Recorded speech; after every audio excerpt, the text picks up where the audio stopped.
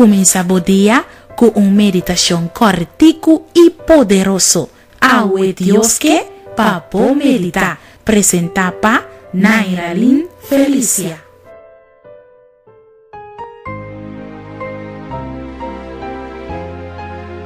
El título para nos meditación de ahorita acerca del trono de Dios.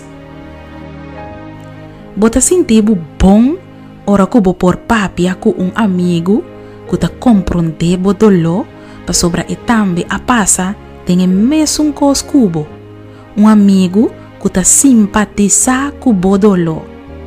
E ta interessante passar que nós tem sumo sacerdote tem cielo que ta comprende nos necessidades nan.